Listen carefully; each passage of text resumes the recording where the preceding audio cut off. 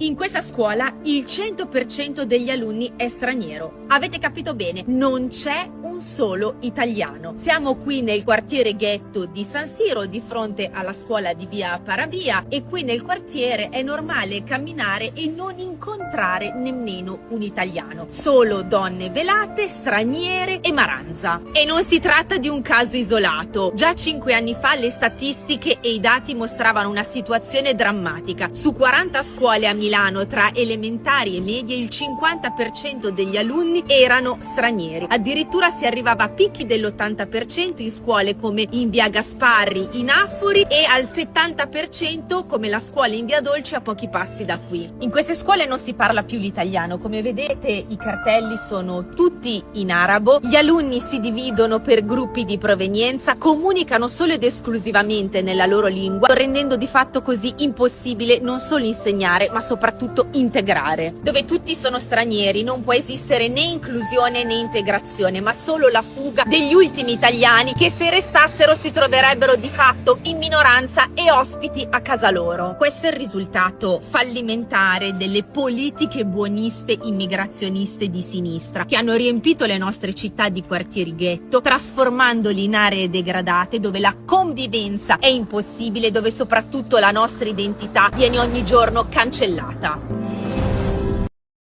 This is the evening of Monday, April 28th, 2026. About a month ago, I made a video.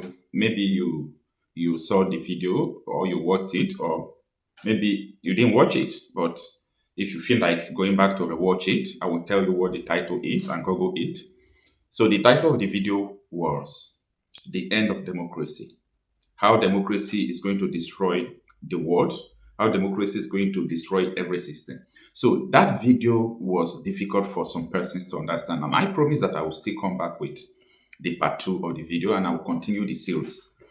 Democracy, as we know, is the best form of government. Everybody assumes that democracy is the best form of government because it gives people the opportunity to participate, no restriction. So everybody is just free. But this democracy, as I said before, is only good until the terrorists, the autocrats, people who don't like democracy will use democracy to hijack democracy. Now, there is this video trending. There is this Italian politician. So she's campaigning with the problem in Italy, which is majorly Islamization and immigration problem. So she was showing the video, this video you are seeing, she was narrating that in a community in Milan, most of you must have been hearing Milan, okay? So in a community in Milan, they are not using the Italian language, which is the official language by law, to teach students in their schools, but they are using Arabic to teach their students. The school is now an Arabic school in Italy. How does that happen? It happened due to lack of population, when migrants continue to come into your city and they are coming with their purpose. They know what they want. These people know what they want. So they will continue to give birth. You yourself, you are not giving birth to children. So they will continue to give birth to children. You will see that a man in Europe, I'm telling you, they are having 10 children. And that 10 children is equivalent to what like 20 Italians we have. So many families don't bother having children any longer. So now here is the problem. Democracy gives them freedom to come to Italy. Maybe they seek asylum or whatever reason that made them to come. Maybe they came to reunion with their family. That's like family reunion, husband and wife or extended families. But the agenda is simple. Go there, change their culture, conquer them, and install Sharia. Now, I talked about how democracy is going to end. A lot of people are not seeing tomorrow. Imagine these people now remove cross. When I made the video, I talked about how people remove cross from their schools. So people remove crucifix from their school. In Italy, in France, in Portugal, in Spain, most of these countries, they are Christian countries and it is their culture. If you come out in every office, you will see cross, Jesus crucified on the cross. They put it as a symbol there.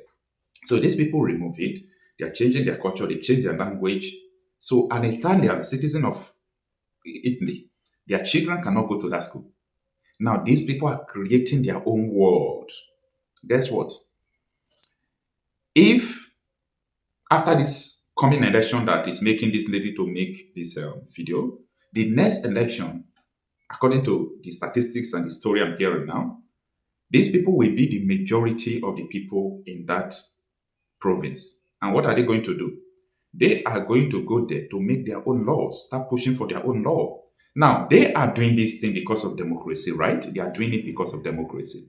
But democracy is going to enthrone Sharia because these people said it is a mandate to spread and enthrone Sharia all over the world. So this is the way and what these people are doing in the Western world. This is because they can't use weapon. They can't shoot. They can't use weapon to just conquer Europe. They can't use weapon. They can't use gun. Europe cannot be conquered with gun any longer. So they started using principles of infiltration and population agenda. That is what they are using. Now, back to Nigeria. It is the same agenda, but different approach. In Nigeria, they understand that, come on, you cannot use population agenda because we all are Africans. If you are giving birth to 10 children, I'm giving birth to 10 children. So you can't outnumber me. So they use gun. You see Boko Haram, Swap, people you call bandits, they are all fighting jihad just to enthrone Sharia. This is what no one is telling you. Okay, now, this Boko Haram issue in Nigeria, I've told you people countless times that their sole agenda is just to Islamize Nigeria. That is their motto, that is their purpose. And that is why you see a lot of people in government supporting them because it is the ambition of every Muslim in Nigeria to make Nigeria a Sharia state. This was their ambition as declared by former governor of Zamfara State and two-term Senator Sani Yerima, who fought to put Sharia into Nigerian constitution. This was his declaration. So everything I'm saying is subject to verification. Go and verify it. He said, in fact, I have played the video countless time. In fact, because of my videos, because I'm using that video, they have to go and copyright the video for you to understand how this truth is hurting some people. So the truth is hurting some people that they can't resist it any longer. So that was why I stopped using the video because they put a copyright on it and they wanted to use the video as a copyright to take down my channel. Okay, so you see, the situation we are facing in Nigeria is the same situation Europe is facing. It's the same situation America is facing, but it is different approach. They actually want the same result. Like, who would have thought neatly today? The other day in, let me just say, the headquarter of Christianity, they have given them a place to pray. So Muslims are now praying in the Vatican City. Do you get it? But you can't have a church in Saudi Arabia. You can't do that in Qatar. You can't do that in so many nations of the earth. Up to 52 nations. Bible can never be used. They ban Bible. You can't use it. But guess what? No country in the world ban Quran. Apart from China that is bringing a very strict measure. And this is my conclusion. You see, time to come.